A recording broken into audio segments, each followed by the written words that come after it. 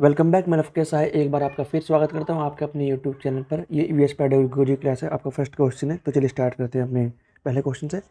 आपका पहला क्वेश्चन है, निम्न में से किसका आकलन हो सकता है जब गीता मनुष्य में पोषण विषय का केवल बहुविकल्पीय प्रश्नों द्वारा मूल्यांकन कर रही है, कर रही है।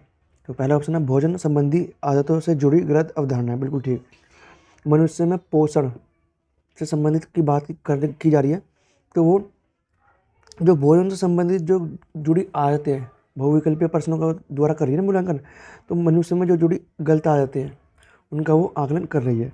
तो पहला ऑप्शन आपका ठीक है। और ऑप्शन है आपका, देखते हैं, शिक्षार्थियों के ज्ञान का प्रयोग करके। यहाँ पर ज्ञान का प्रयोग कैसे कर लेगी, क्योंकि यहाँ पर बहुविकल्पीय प्रश्नों की बात की गई है ना केवल, तो सेकंड ऑप्शन नहीं होगा। थर्ड ऑप्शन आपका, भोजन अवयवों के महत्व को समझने की शिक्षार्थियों की क्षमता व उस पर एक लंबा निबंध लिखने की क्षमता, ये भी नहीं होगा क्योंकि केवल बहुविकल्पीय प्रश्नों द्वारा मूल्यांकन कर रही है ना। तो यहाँ पर आपका फोर्थ ऑप्शन भी नहीं होगा, क्योंकि यहाँ पर पोस्टर विश्लेषण की बात, क्षमता की बात की गई है, ठीक है ना।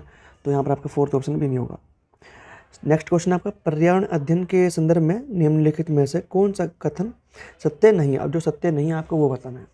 पहला ऑप्शन है, पर्यावरण अध्ययन के अंतर्गत मुख्य रूप से जल मंडल का अध्ययन किया जाता है। दूसरा ऑप्शन है, पर्यावरण अध्ययन का संबंध मानव स्वास्थ्य से भी है। तीसरा ऑप्शन है, पर्यावरण अध्ययन की शिक्षा की शुरुआत प्राथमिक कक्षा से ही होनी चाहिए। और फोर्थ ऑप्शन आपका, पर्यावरण अध्ययन की शिक्षा वर्तमान परिस्थितियों को देखते हुए अनिवार्य होनी चाहिए।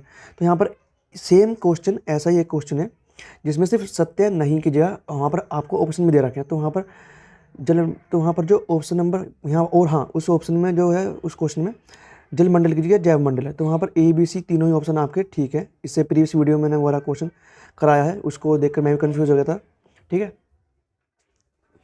और इस क्वेश्चन में जो सत्य नहीं है उसकी बात की गई है। तो यहाँ पर अंतर्गत पर्यावरण अध्ययन के अंतर्गत मुख्य रूप से जल मंडल का अध्ययन किया जाता है। वहाँ पर है पर्यावरण अध्ययन के अंतर्गत मुख्य रूप से जैव मंडल का अध्ययन किया जाता है, कि जैव या फिर आपका भूमंडल का अध्ययन किया जाता है, कुछ इस तरीके से। तो वो ऑप्शन वहाँ पर ठीक है और यहाँ पर ये गलत है, क्योंकि हम जैव मंडल की बात करते हैं, ठीक है ना, ईवीएस के अंदर। तो वहाँ पर वो ऑप्शन ठीक है। तो यहाँ पर आपका जो नहीं वाला ऑप्शन है, सत्य नहीं है, वो आपका फर्स्ट ऑप्शन है, ठीक है। नेक्स्ट क्वेश्चन आपका, रितिका कक्षा 5 के विद्यार्थियों को पर्यावरणीय समस्याओं के बारे में पढ़ाते समय प्रदूषण पर अधिक बल देना चाहती है। जब वो ईवीएस पढ़ा रही है और ईवीएस में कुछ प्रॉब्लम्स बता रही है, तो वो पॉल्यूशन पर ज़्यादा जोर दे रही है, ठीक है ना। तो वांछित उद्देश्य की प्राप्ति के लिए निम्न दिए गए क्रियाकलापों में से कौन सबसे अधिक प्रभावी एवं उपयुक्त होगा। अब नीचे जो कुछ क्रियाकलाप दे रखे हैं, और आपको जो उद्देश्य है आपका कि प्रदूषण पर आप बल दे रहे हो, ये उद्देश्य आपको पूरा करना है, बच्चे भी इस पर जोर दें, ध्यान दें। तो नीचे कुछ क्रियाकलाप दे रखे हैं, आपको बताना कौन सा क्रियाकलाप ज़्यादा उपयोगी होगा। तो पहला ऑप्शन है, विद्यार्थियों से विभिन्न प्रकार के प्रदूषण से संबंधित समूह परियोजनाओं पर कार्य करने के लिए कहना। दूसरा है, किसी विशेषज्ञ को नियंत्रित करके, मतलब है कि निमंत्रित करके, यहाँ गलत लिखा हुआ है, वायु जल और ध्वनि प्रदूषण पर भाषण। थर्ड ऑप्शन आपका, विद्यार्थियों को शैक्षिक भ्रमण पर ले जाकर किसी प्रदूषित नदी को दिखाना। और फोर्थ ऑप्शन आपका, विद्यार्थियों से विभिन्न प्रकार के प्रदूषण के चार्ट बनवाकर दिखवाना। तो यहाँ पर जो सही ऑप्शन है वो है आपका फर्स्ट। परियोजना कार्य आपकी ऐसी है कि बहुत सारी चीज़ों को इंक्लूड कर लेती है, ठीक है ना। तो फर्स्ट ऑप्शन आपका ठीक है। नेक्स्ट क्वेश्चन आपका थोड़ा ऊपर हो गया है, नीचे आ भाई, नीचे नहीं आया।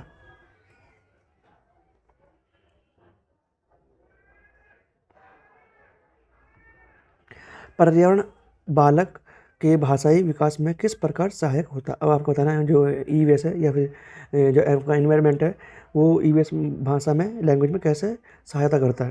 पहला है, बालक में अनुकरण द्वारा भाषाई विकास होता है, ठीक है। और अनुकरण के लिए विभिन्न क्रियाकलाप एवं सामग्रियाँ उसे पर्यावरण ही उपलब्ध कराता है। आपका बिल्कुल सही ऑप्शन है। बच्चा देख कर सीखता है, दूसरे को फॉलो करता है, और जो वो फॉलो करता है कब करता है, जब वो उसे एनवायरनमेंट में, जब उसे सोर्सेज मिलते हैं, संसाधन मिलते हैं, ठीक है ना, उनको देख कर उनको उपयोग करने की कोशिश करता है। मतलब कैसा कैसा इनडायरेक्ट वे में आप बोल सकते हो कि ईवीएस जो है लैंग्वेज में बहुत हेल्प करती है बच्चों को। तो यहाँ पर आपका दूसरा, तीसरा और चौथा ऑप्शन तो गलत होगा। नेक्स्ट क्वेश्चन आपका, निम्नलिखित में से बच्चे का आकलन करने का वह सर्वश्रेष्ठ तरीका कौन सा होगा जिसमें बच्चों का आकलन योजनाबद्ध तथा पारदर्शी होता है, मतलब एकदम फेयर होगा, ठीक है ना, जो आकलन होगा बच्चों का और सबसे अच्छे तरीके से होगा। तो पहला है आपका गृह कार्य तो नहीं है, ठीक है। दूसरा आपका पोर्टफोलियो, जो मतलब दूसरे नंबर पर आपका थर्ड ऑप्शन नंबर थर्ड है पोर्टफोलियो, और दूसरा ऑप्शन आपका जो थर्ड नंबर पर है योगात्मक कार्य, और फोर्थ ऑप्शन आपका आवधिक परीक्षा। आवधिक परीक्षा नहीं होगा, योगात्मक कार्य भी नहीं होगा और गृह कार्य भी नहीं होगा। यहाँ पर जो पोर्टफोलियो सबसे बेस्ट है। पोर्टफोलियो आपका मोस्टली ऑप्शन जो है, जब हम बात करते हैं, जब किसी ऑप्शन में पोर्टफोलियो आता है और आकलन की बात होती है, तो वहाँ पर आपका पोर्टफोलियो सही होता है, ठीक है ना, मोस्टली जगह, हर जगह नहीं, मोस्टली जगह। नेक्स्ट क्वेश्चन है आपका, पर्यावरण अध्ययन की कक्षा में बच्चों को स्वयं सीखने के योग्य बनाने और अवलोकन कौशलों को तीक्ष्ण करने, मतलब शार्प करने के लिए क्या किया जाता है।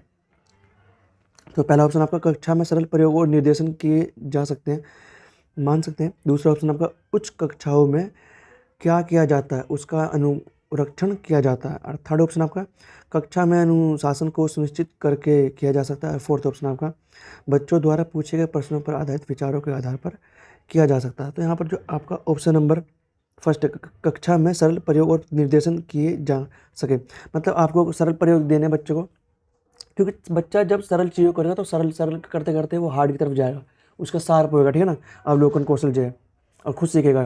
तो यहाँ पर वही बात बोली अवलोकन कौशल को पैना करने के लिए। तो यहाँ पर आपका फर्स्ट ऑप्शन ठीक है।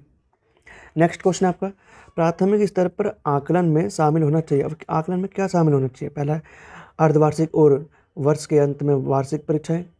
दूसरा ऑप्शन आपका छोटे बच्चों को उत्तीर्ण अथवा अनुत्तीर्ण की श्रेणी के अंतर्गत आंकने के लिए प्रत्येक सप्ताह गृह कार्य और कक्षा कार्य।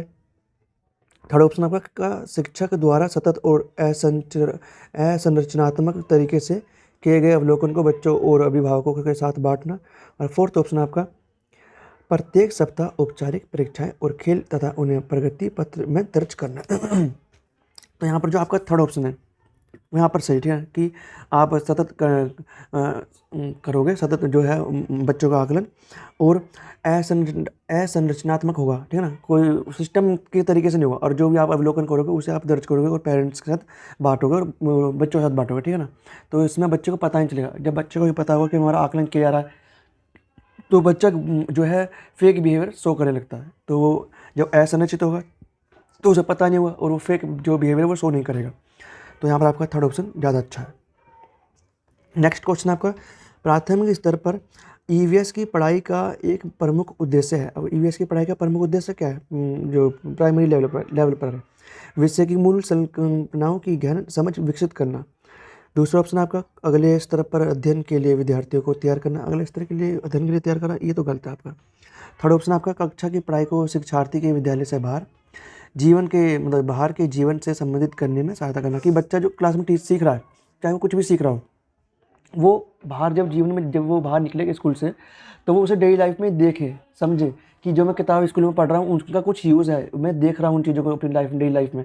तभी तो वो कहीं ना कहीं एक तरह से मोटिवेट होगा पढ़ने के लिए और जाने के लिए, क्यूरियोसिटी बच्चे में और जागरूक होगी। ये भी एक उद्देश्य है, ठीक है ना। तो यहाँ पर आपका जो थर्ड ऑप्शन है वो ज़्यादा बेस्ट है और सही भी है। नेक्स्ट क्वेश्चन आपका, प्राथमिक स्तर पर पर्यावरण अध्ययन में रचनात्मक मतलब अवकलन को शामिल नहीं करना, मतलब आकलन को शामिल नहीं करता। तो पहला ऑप्शन आपका कौन सा शामिल नहीं करता आपको बताना। विद्यार्थियों की ग्रेडिंग और रैंकिंग। दूसरा ऑप्शन आपका विद्यार्थियों की अधिगम रिक्तियों की पहचान, ये तो शामिल किया जाता है। तीसरा शिक्षण में कमियों की पहचान, ये भी की जाती है। और फोर्थ ऑप्शन आपका शिक्षार्थियों के सीखने को बढ़ाने, मतलब सीखने को कैसा बढ़ाया जा सकता है। तो आपका तीनों तो ऑप्शन ठीक है, लेकिन जो फर्स्ट ऑप्शन है शिक्षार्थियों की ग्रेडिंग और रैंकिंग, ये नहीं की जाती आपके प्राथमिक स्तर पर, ठीक है ना, रचनात्मक आकलन में शामिल नहीं की जाती। नेक्स्ट क्वेश्चन आपका, समूह कार्य से पर्यावरण अध्ययन कर रहे बच्चों की सामाजिक व्यक्तिगत विशेषताओं के आकलन के लिए निम्नलिखित में से कौन सा उपकरण सर्वाधिक उपयुक्त है। आपको सबसे ज़्यादा जो यूज़फुल है, जो सबसे ज़्यादा इफेक्टिव है, उसको बताना कौन सा। पहला आपका ऑप्शन दत्त कार्य तो देखो इतना इफेक्टिव नहीं होता, ठीक है। दूसरा कागज पेंसिल परीक्षण, इसको तो सब मना ही करते हैं कि ये अब बेकार मान जाता है जो आपका कागज पेंसिल परीक्षण है, कि बच्चे ने जितना सीखा है उसे पेंसिल पेपर से हम पता लगा लेंगे, तो नहीं है। और तो आपका फोर्थ ऑप्शन है निर्धारण मापनीय, जो कि थर्ड नंबर पे है, ये भी नहीं होगा। और फोर्थ नंबर पे है मौखिक पर्सन, यहाँ पर जो सबसे बेस्ट है मौखिक पर्सन, बच्चे से आप मौखिक प्रश्न पूछोगे, वो आपको डायरेक्ट जवाब देगा उस टाइम पर जो उसके मन में आएगा, ठीक है। तो जो बेस्ट बताया जाता है वो मौखिक प्रश्न बताया जाता है।